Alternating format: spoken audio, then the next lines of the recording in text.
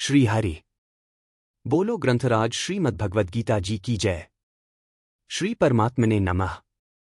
गीता सुगीता कर्तव्या किमन्यः शास्त्र विस्तरः या स्वयं पद्मनाभस्य मुख पद्माद्विन्यः सृता। अथ ध्यानम्।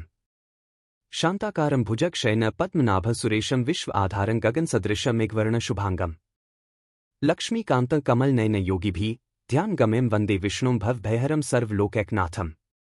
यं ब्रह्मा वरुणेन्द्र रुद्रमृतः स्तुन्वन्ति दिव्यस्तवैर्वेदैः साङ्गपदक्रमोपनिषदः गायन्ति यं सामगाः। ध्यान अवस्थित तद्गतेन मनसा पश्यन्ति यं योगिनो यस्यान्तं न विदुः सुर असुरगणा देवाय तस्मै नमः। वसुदेव सुतं देवं कंस चाणूरमर्दनम् देवकी परमानंदम कृष्णं वंदे जगद्गुरुम्। भगवद गीता अध्याय 1 श्लोक 17 से 19। श्लोक 17। काश्यश्च परमेश्वास शिखंडी च महारथः धृष्टद्युम्नो विराटश्च सात्यकिश्चापराजितः। श्लोक 18। द्रुपदो द्रौपदेयाश्च सवशः पृथिवीप्ते सौभद्रश्च महाबाहुः शंखान्दद्मुः पृथक पृथक। पृथिवीप्ते है राजन परमेश्वास श्रेष्ठ धनुष वाले काश्यः काशीराज च और महारथः महारथी शिखंडी शिखंडी च तथा धृष्टद्युम्न च एवं विराटः राजा विराट च और अपराजितः अजेय सात्यकिः और द्रौपदेयः द्रौपदी के सात्यकी द्रुपदः राजा द्रुपद च पांचों पुत्र च तथा महाबाहुः लंबी लंबी भुजाओं वाले सौभद्र सुभद्रा पुत्र अभिमन्यु इन सभी ने सर्वशः सब ओर से पृथक पृथक अलग अलग अपने अपने शंखान शंख दधमुह बजाए। व्याख्या काश्यश्च परमेश्वास शंखान दधमुह पृथक पृथक महारथी शिखंडी बहुत शूरवीर था। यह पहले जन्म में स्त्री काशीराज की कन्या अंबा था और इस जन्म में भी राजा द्रुपद को पुत्री रूप से प्राप्त हुआ था। आगे चलकर यही शिखंडी स्थूणाकर्ण नामक यक्ष से पुरुषत्व प्राप्त करके पुरुष बना। भीष्म जी इन सब बातों को जानते थे और शिखंडी को स्त्री ही समझते थे। इस कारण वे इस पर बाण नहीं चलाते थे। अर्जुन ने युद्ध के समय इसी को आगे करके भीष्म जी पर बाण चलाए और उनको रथ से नीचे गिरा दिया। अर्जुन का पुत्र अभिमन्यु बहुत शूरवीर था। युद्ध के समय इसने द्रोण निर्मित चक्रव्यूह में घुसकर अपने पराक्रम से बहुत से वीरों का संहार किया। अंत में कौरव सेना के 6 महारथियों ने इसको अन्यायपूर्वक घेरकर इस पर शस्त्र अस्त्र चलाए। दुःशासन पुत्र के द्वारा सिर पर गदा का प्रहार होने से इसकी मृत्यु हो गई। संजय ने शंखवादन के वर्णन में कौरव सेना के शूरवीरों में से केवल भीष्म जी का ही नाम लिया और पांडव सेना के शूरवीरों में से भगवान श्री कृष्ण अर्जुन भीम आदि 18 वीरों के नाम लिए। इससे ऐसा प्रतीत होता है कि संजय के मन में अधर्म के पक्ष कौरव सेना का आदर नहीं है, इसलिए वे अधर्म के पक्ष का अधिक वर्णन करना उचित नहीं समझते। परंतु उनके मन में धर्म के पक्ष पांडव सेना का आदर होने से और भगवान श्री कृष्ण तथा पांडवों के प्रति आदर भाव होने से वे उनके पक्ष का ही अधिक वर्णन करना उचित समझते हैं और उनके पक्ष का वर्णन करने में ही उनको आनंद आ रहा है। संबंध पांडव सेना के शंखवादन का कौरव सेना पर क्या असर हुआ इसको आगे के श्लोक में कहते हैं। श्लोक 19। सघोषो धार्तराष्ट्राणा हृदयानि व्यदार्यत नभश्च पृथिवी चैव तुमुलो व्यनुनाद्यन च और स पांडव सेना के शंखों के उस तुमुल भयंकर घोषा शब्द ने नभ आकाश च और पृथ्वी को एव भी व्यनुनाद्यन गुंजाते हुए धार्तराष्ट्राणाम अन्यायपूर्वक राज्य हड़पने वाले दुर्योधन आदि के हृदयानि हृदय व्यदार्यत विदीर्ण कर दिए। व्याख्यास घोषो धार्तराष्ट्राण तुमुलो व्यनुनाद्यन पांडव सेना की वह शंखध्वनि इतनी विशाल गहरी ऊंची और भयंकर हुई कि उस ध्वनि प्रतिध्वनि से पृथ्वी और आकाश के बीच का भाग गूंज उठा। उस शब्द से अन्यायपूर्वक राज्य को हड़पने वालों के और उनकी सहायता के लिए उनके पक्ष में खड़े हुए राजाओं के हृदय विदीर्ण हो गए। तात्पर्य है कि हृदय को किसी अस्त्र शस्त्र से विदीर्ण करने से जैसी पीड़ा होती है वैसी ही पीड़ा उनके हृदय में शंखध्वनि से हो गई। उस शंखध्वनि ने कौरव सेना के हृदय में युद्ध का जो उत्साह था बल था उसको कमजोर बना दिया, जिससे उनके हृदय में पांडव सेना का भय उत्पन्न हो गया।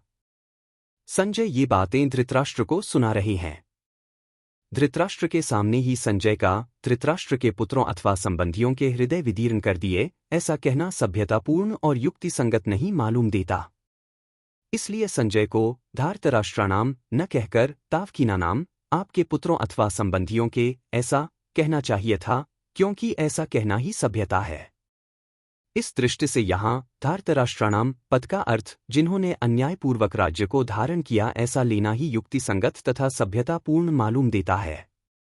एक अन्यायन धृतन राष्ट्रन यस्ते धृतराष्ट्रा ऐसा बहुब्रीही समास करने के बाद धृतराष्ट्रा एव इस विग्रह में स्वार्थ में तद्धित का अन प्रत्यय किया गया, जिससे धार्तराष्ट्राः यह रूप बन गया। यहाँ षष्ठी विभक्ति के प्रयोग की आवश्यकता होने से षष्ठी में धार्तराष्ट्राणाम ऐसा प्रयोग किया गया है। अन्याय का पक्ष लेने से ही उनके हृदय विदीर्ण हो गए, इस दृष्टि से भी यह अर्थ लेना ही युक्तिसंगत मालूम देता है।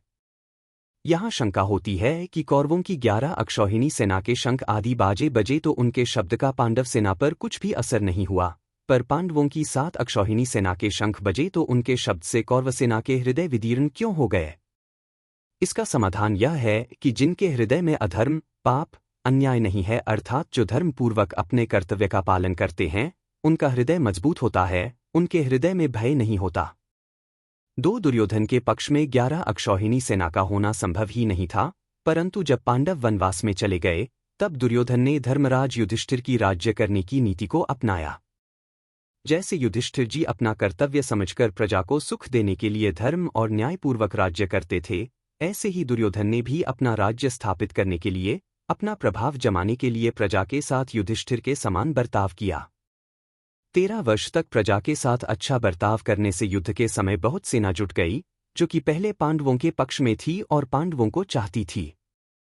इस प्रकार 9 अक्षौहिणी सेना तो प्रजा के साथ अच्छे बर्ताव के प्रभाव से दुर्योधन के पक्ष में हो गई और भगवान श्री कृष्ण की 1 अक्षौहिणी नारायणी सेना को तथा मद्रराज शल्य की 1 अक्षौहिणी सेना को दुर्योधन ने चालाकी से अपने पक्ष में कर लिया, जो कि पांडवों के पक्ष में थी।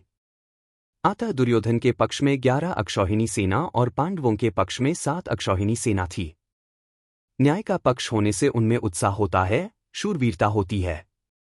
पांडवों ने वनवास के पहले भी न्याय और धर्मपूर्वक राज्य किया था और वनवास के बाद भी नियम के अनुसार कौरवों से न्यायपूर्वक राज्य मांगा था। अतः उनके हृदय में भय नहीं था, प्रत्युत उत्साह था, शूरवीरता थी। तात्पर्य है कि पांडवों का पक्ष धर्म का था। इस कारण कौरवों की 11 अक्षौहिणी सेना के बाजों के शब्द का पांडव सेना पर कोई असर नहीं हुआ। परंतु जो अधर्म, पाप, अन्याय आदि करते हैं, उनके हृदय स्वाभाविक ही कमजोर होते हैं। उनके हृदय में निर्भयता, निःशंकता नहीं रहती।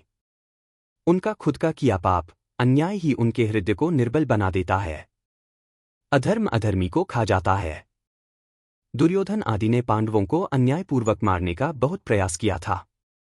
उन्होंने छलकपट से अन्यायपूर्वक पांडवों का राज्य छीना था और उनको बहुत कष्ट दिए थे। इस कारण उनके हृदय कमजोर, निर्बल हो चुके थे। तात्पर्य है कि कौरवों का पक्ष अधर्म का था।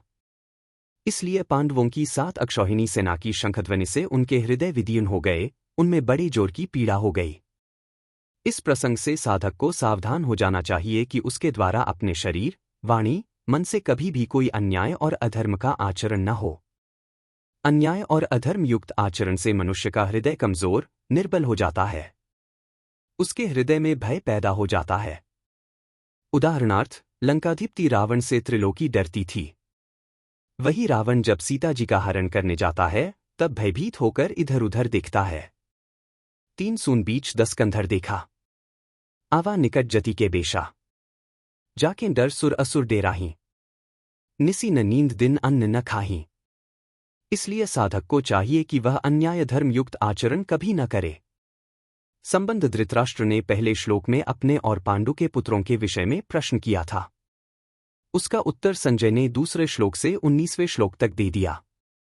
अब संजय भगवद्गीता के प्राकट्य का प्रसंग आगे के श्लोक से आरंभ करते हैं। ऐसी ही और वीडियो के लिए हमसे जुड़े रहिए और आपका आशीर्वाद और सहयोग बनाए रखें।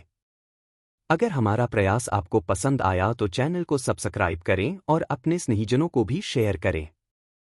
बोलो ग्रंथराज श्रीमद्भगवद्गीता जी की जय। जय श्री कृष्ण।